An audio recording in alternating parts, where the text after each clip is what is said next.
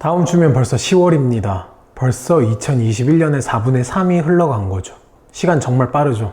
이렇게 있다 보면 금방 겨울도 찾아와서 엄청 추워지고 또 장롱 깊숙이 넣어놨던 롱패딩도 꺼내야 할 때가 올 겁니다. 지금 여러분들 중간고사 준비하고 계신 분들 꽤 많죠? 중간고사 준비 힘내시고 좋은 결실 있으시길 바랍니다. 성실하게 공부하십시오. 여러분들의 학교 생활, 학원 생활, 그리고 친구들과 노는 생활, 아무튼 여러분의 모든 라이프 스타일을 응원합니다. 힘내시고 언제나 하나님과 동행하시길 바랍니다. 자, 그럼 오늘도 우리가 하나님 앞에 영과 진리로 예배합시다. 사도신경으로 우리의 신앙을 고백하겠습니다. 전능하사 천지를 만드신 하나님 아버지를 내가 믿사오며 그 외아들 우리 주 예수 그리스도를 믿사오니 이는 성령으로 잉태하사 동정녀 마리아에게 나시고 본디오 빌라도에게 고난을 받으사 십자가에 못 박혀 죽으시고 장사한 지 사흘 만에 죽은 자 가운데서 다시 살아나시며 하늘에 오르사 전능하신 하나님 우편에 앉아 계시다가 저리로서 산자와 죽은 자를 심판하러 오시리라. 성령을 믿사오며 거룩한 공회와 성도가 서로 교통하는 것과 죄를 사하여 주시는 것과 몸이 다시 사는 것과 영원히 사는 것을 믿사옵나이다. 아멘. 함께 찬양하겠습니다. 손을 높이 들고 주를 찬양, 높은 곳을 향해 주를 찬양, 모든 만물들은 주를 찬양하라.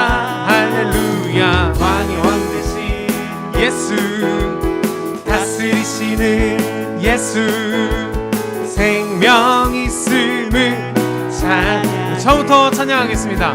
손을 높이 들고 주를 찬양, 높은 곳을 향해 주를 찬양, 모든 만물들을 주를 찬양하라. 할렐루야. 왕의 왕 되신 예수, 다스리시는 예수, 생명 있음을 찬양해. 할렐루야. 주를 찬양. 할렐루야. 주를 찬양. 할렐루야. 주를 찬양, 생명 있음을 찬양해. 할렐루야. 할렐루야. 주를 찬양, 생명 있음을. 우리 한 번 더 찬양하겠습니다. 손을 높이 들고 주를 찬양, 손을 높이 들고 주를 찬양, 높은 곳을 향해 주를 찬양, 모든 만물들은 주를 찬양하라. 할렐루야. 예수, 우리를 다스리시는 예수, 생명 있음을 찬양해. 할렐루야. 할렐루야. 주를 찬양, 생명 있음을 찬양해. 할렐루야. 할렐루야. 주를 찬양, 생명 있음을. 아멘. 우리 함께 기뻐합시다. 우리 함께 기뻐해. 주께 영광 돌리세. 어린 양의 혼인 잔치와 신부가 준비되어. 한 번 더. 우리 함께 기뻐해. 주께 영광 돌리세. 어린 양의 혼인 잔치와 신부가 준비되어. 아멘. 할렐루야. 전능하신 주가 다스리네. 할렐루야. 할렐루야. 전능하신, 할렐루야. 전능하신 주가 다스리네. 할렐루야. 할렐루야. 전능하신 주가 다스리네. 한 번 더. 할렐루야. 전능하신, 할렐루야. 전능하신 주가 다스리네. 할렐루야. 할렐루야. 전능하신 주가 다스리네. 우리 하나님께 영광의 박수 올려드립시다. 할렐루야. 여러분 영화 보는 거 좋아하시나요? 저는 영화 보는 거 정말 좋아하거든요. 어려서부터 영화 여러 장르 가리지 않고 다 닥치는 대로 보면서 정말 많은 영화들을 봐왔습니다. 그럼에도 불구하고 제가 특별히 좋아하는 장르가 있냐고 물으신다면 저는 판타지 장르 그리고 SF 장르를 되게 좋아한다고 말씀드릴 수 있을 것 같아요. 예전에는 판타지 혹은 SF 하면은 생각나는 영화가 스타워즈였습니다. 스타워즈. 그런데 제가 자라나고 또 어린이 청소년 시절에 정말 재밌게 봤던 판타지 장르들의 대표적인 영화는 해리포터 시리즈가 있고요. 그리고 반지의 제왕 시리즈가 있습니다. 그 영화들 물론 지금 보면 정말 재밌지만 그래도 옛날 영화 느낌이 조금 나더라고요. 자, 그럼 요즘 영화 중에서 그 판타지와 SF 장르의 최고는 무엇이겠습니까? 당연히 히어로물들이겠죠. 마블 시네마틱 유니버스에 속한 영웅들의 영화는 정말 최고죠. 캡틴 아메리카, 또 아이언맨, 닥터 스트레인지 진짜 다 최고입니다. 완전 우리의 눈과 귀를 사로잡고 재미와 감동을 선사하죠. 물론 최근에 나왔던 그 샹치는 조금 별로긴 했지만요. 아무튼 저는 이런 SF 그리고 판타지 장르의 영화들을 상당히 좋아하는데 어떤 사람들은 이런 영화를 좋아하지 않더라고요. 에이, 그거 말도 안 되는 스토리인데 그런 거 왜 보는 거야? 해리포터 이야기 속에 등장하는 그런 마법이 말이 되니? 절대 반지에 관련된 영화? 그런 거 왜 보는 거야? 절대 반지가 어딨어? 이 세상에 반지면 반지지. 야, 너는 그 스타워즈의 광선검이 과학적으로 말이 된다고 생각하니? 인피니티 스톤? 그런 건 도대체 야, 그런 게 어딨냐? 뭐 멀티 유니버스, 멀티버스 그런 거 왜 보는 거야? 말도 안 되는 영화를 보지 말고 좀 말이 되는 영화를 봐라 라고 말하는 사람들 있더라고요. 하지만 저는 이렇게 생각합니다. 현실에서 불가능한 이야기고 현실에서 일어날 수 없는 일이라고 해서 그 이야기의 가치가 떨어지진 않는다. 왜냐하면 SF 영화나 판타지 영화 속에서 등장하는 모든 이야기들은 우리가 살아가는 현실 속에서 일어나는 이야기들과 상당히 비슷한 부분이 많기 때문입니다. 다시 말해서 판타지 영화와 SF 영화 안에 있는 이야기들은 현실 세상의 이야기들을 그쪽 세계로 가져가서 비유하고 있는 거죠. 예를 들면 좀비 영화 혹은 좀비 드라마 여러분 보신 적 있으십니까? 여러분 좀비가 실제로 이 세상에 있습니까? 없죠. 그런데도 영화에서 드라마에서 혹은 뮤직비디오에서 다양한 미디어에서 좀비가 등장합니다. 이 말도 안 되는 좀비 스토리는 왜 자꾸 이렇게 소비되는 걸까요? 왜냐하면 좀비 세상이 마치 우리의 현실 세계와 비슷한 부분이 있으니까요. 여러분 좀비의 특징이 뭡니까? 좀비는요 앞을 보지 못하고요 냄새를 맡지도 못하는 것 같습니다. 그리고 대부분의 좀비들은 청각이 예민하죠. 그래서 소리가 나는 쪽으로 돌진합니다. 돌진해서 어떡하죠? 마구 물어 뜯어 먹어버리죠. 몸은 이쪽을 보고 있고 고개는 이쪽을 보고 있는데도 걸어가는 방향은 먹을 게 있는 방향으로 걸어갑니다. 소리가 들리는 방향으로 걸어갑니다. 이런 좀비의 모습이 우리가 살고 있는 오늘날의 모습과 상당히 비슷하다면 여러분 이해가 되십니까? 원래 사람들은 자기가 꿈꾸는 삶이 있고 자기가 좋다고 생각하는 가치관이 있지만 요즘은 그런 거 생각하기 쉽지 않습니다. 그래서 몸은 이쪽을 보고 있고 고개는 이쪽을 보고 있으면서도 돈이 되는 방향으로 가는 겁니다. 달려드는 겁니다. 물어 뜯는 겁니다. 올해 초 우리나라에 아주 주식 열풍이 불지 않았습니까? 청소년 친구들도 주식에 많이 뛰어들었다고 하는데 혹시 우리 시흥동산교회도 그런 친구들이 있는지 모르겠어요. 또 코인! 야, 비트코인을 하면 돈이 하루에 몇십 배 올라가고 몇백 배 올라간 사람도 있었대. 그 소리를 들으면 그냥 좀비처럼 달려드는 겁니다. 먹을 게 있으니까, 돈이 되니까, 부자가 될 수 있다니까 자신이 평소에 가지고 있었던 가치관이나 옳게 생각했던 생각은 다 제쳐놓고 그냥 가는 겁니다. 마치 좀비처럼.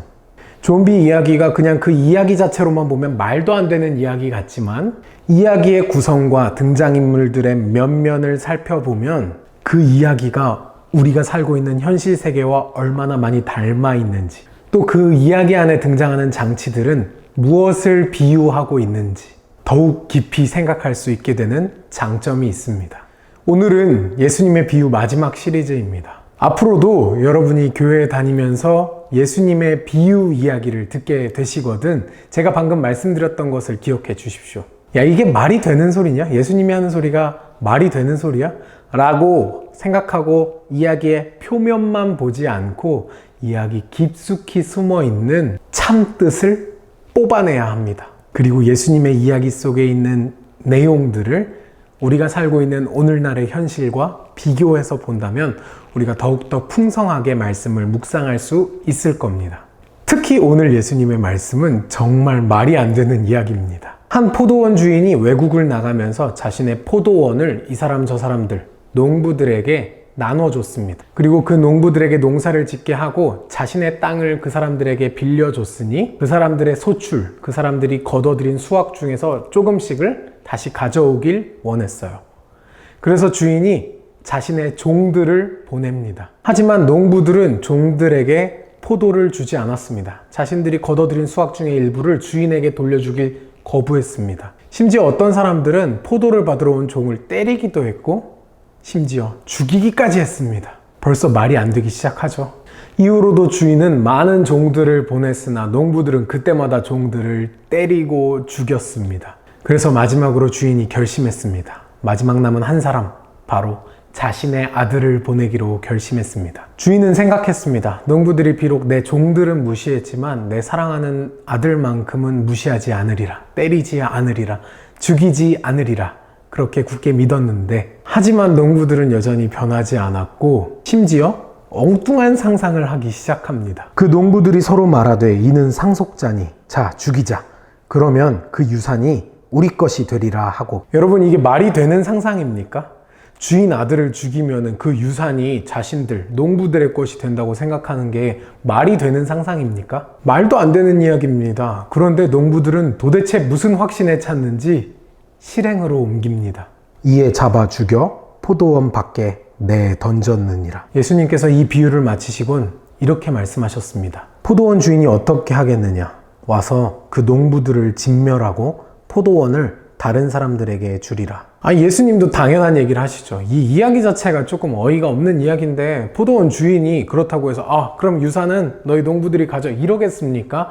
당연히 빼앗고 그 농부들을 심판하고 벌하겠죠. 가만두지 않으시겠죠. 사랑하는 아들이 죽었는데. 사랑하는 아들? 뭔가 느껴지십니까? 이 비유 속에 숨겨진 이야기. 하늘로부터 소리가 나기를 너는 내 사랑하는 아들이라 내가 너를 기뻐하노라 하시니라. 이 사랑하는 아들이라는 표현은 예수님께서 세례를 받으실 때 하늘로부터 들려왔던 소리였습니다. 하나님께서 예수님이 세례 요한으로부터 세례를 받는 장면을 보시고 사랑하는 아들아 라고 말씀하셨어요. 그렇습니다. 오늘 이야기 속에서 예수님께서 말씀하신 포도원 주인은 하나님이시고요, 포도원 주인의 사랑하는 아들은 바로 예수님이십니다. 그렇다면 이 비유 속의 빌런, 나쁜 놈들은 누구를 비유하고 있는 걸까요? 아마도 이 이야기를 듣고 기분 나빠지는 사람들이 바로 그 빌런들, 농부들이겠죠? 한번 말씀 속에 찾아보십시오. 누가 기분 나빠하고 있습니까? 그들이 예수의 이 비유가 자기들을 가리켜 말씀하심인 줄 알고 잡고자 하되 무리를 두려워하여 예수를 두고 가니라. 나왔네요. 예수님의 이야기를 듣고 찔린 사람. 누구들이었나요? 그들이 누구인지는 오늘 본문 말씀 이전인 마가복음 11장에 나타납니다. 예수께서 성전에서 거니실 때에 대제사장들과 서기관들과 장로들이 나와. 그렇습니다. 그들은 대제사장들과 서기관들과 장로들이었습니다. 대제사장들과 서기관들이 듣고 예수를 어떻게 죽일까 하고, 대제사장들과 서기관들과 장로들은 예수를 죽이고자 했습니다. 왜 죽이려고 했을까요? 이는 무리가 다 그의 교훈을 놀랍게 여김으로 그를 두려워함일러라. 그렇습니다. 그들은 예수님을 두려워했습니다. 왜냐하면 예수님께서 가르쳐 주시는 하나님의 말씀이 그들의 마음을 불편하게 했기 때문입니다. 자, 그러고 보니 오늘 예수님께서 들려주신 이 비유의 말씀 가운데 각 등장인물들을 하나님, 예수님, 그리고 대제사장들, 서기관들, 장로들을 대입해서 다시 읽어보니 이 이야기가 이해되기 시작합니다. 왜냐하면 나중에 그들은 예수님을 십자가에 못 박아 죽이는데 큰 역할을 하는 사람들이 되었거든요. 새벽에 대제사장들이 즉시 장로들과 서기관들, 곧 온 공회와 더불어 의논하고 예수를 결박하여 끌고 가서 빌라도에게 넘겨주니. 예수님께서 이 비유의 말씀을 하실 때 예수님은 알고 계셨습니다. 자기 자신이 곧 죽게 될 것이라는 걸. 그럼에도 불구하고 예수님은 대제사장들과 서기관들과 장로들이 듣기 좋은 말씀만 하거나 하나님의 말씀을 왜곡하여 전하지 않으셨습니다. 예수님은 자기 자신이 분명히 버려지게 될 것을 아셨고 죽게 될 것을 아셨지만 묵묵히 하나님의 말씀을 있는 그대로 가르치시고 전파하셨습니다. 건축자들이 버린 돌이 집 모퉁이의 머릿돌이 되었나니 이는 주로 말미암아 된 것이요 우리 눈에 놀랍도다. 예수님은 자기 자신이 마치 버린 돌처럼 버려지게 되고 죽게 될 것을 알고 계셨지만 동시에 하나님께서 예수님을 그냥 버린 돌로 두지 않으시고 모퉁이의 머릿돌로 삼으실 것을 알고 계셨습니다. 여러분, 모퉁이돌을 아시나요? 모퉁이돌은 건물 가장 모서리 구석에 맨 밑에 있는 돌입니다. 요즘처럼 지하를 깊이 파는 때는 그 모퉁이돌이 지하 깊숙이에 숨겨져 있기도 합니다. 근데 이 모퉁이돌이 왜 중요하냐? 이 건물 전체의 무게를 지탱하고 있거든요. 그렇습니다. 우리 예수님이 모퉁이돌이 되셨습니다. 예수님이 모퉁이돌 되신 건물은 어떤 건물일까요? 그렇습니다. 교회입니다. 교회. 예수님이 버려지시고 또 죽으심으로 말미암아 교회가 세워졌습니다. 그리고 교회의 모퉁이돌 되신 예수님께서 오늘까지도 그 교회의 모든 무게를 지탱하고 계십니다. 예수님을 마치 버려진 돌처럼 십자가에 매달 때 대제사장들과 장로들과 서기관들은 몰랐을 겁니다. 예수님께서 교회의 모퉁이돌이 되실지를. 하지만 우리는 알고 있습니다. 예수님께서 그저 버려진 돌이 아니라 지금은 모퉁이돌로 계신다는 것을. 오늘도 이 교회의 모퉁이돌 되신 예수님의 사랑과 희생과 은혜를 기억하며 예수님의 사랑과 희생을 이 세상에서 실천할 줄 아는 저와 여러분이 되시길 주님의 이름으로 축복합니다. 주신 말씀 기억하며 거듭의 기도 드리겠습니다. 사랑의 하나님 아버지, 감사합니다. 우리의 모퉁이돌이 되어주시고 이 교회의 모퉁이돌이 되어주셔서 우리의 삶을 지탱하고 우리의 교회를 지탱하여 주시는 그 은혜에 감사드립니다. 우리가 그 희생과 그 은혜를 기억할 때 우리도 또한 이 땅과 이 세상 가운데에서 모퉁이돌로 살아가게 하시고 또 버려진 것들에 시선을 두며 그들에게 사랑과 희생을 흘려보낼 수 있는 저희가 되게 하여 주시옵소서. 예수님의 이름으로 기도드렸사옵나이다. 아멘. 예수님이 가르쳐주신 기도로 예배를 마칩니다. 하늘에 계신 우리 아버지여, 이름이 거룩히 여김을 받으시오며 나라가 임하시오며 뜻이 하늘에서 이루어진 것 같이 땅에서도 이루어지이다. 오늘 우리에게 일용할 양식을 주시옵고 우리가 우리에게 죄 지은 자를 사하여 준 것 같이 우리 죄를 사하여 주시옵고 우리를 시험에 들게 하지 마시옵고 다만 악에서 구하시옵소서. 나라와 권세와 영광이 아버지께 영원히 있사옵나이다. 아멘. 오늘도 예배 가운데 함께 해주신 여러분 정말 감사드립니다. 우리 다음 주에 만나겠습니다. 10월에 만납시다. 안녕.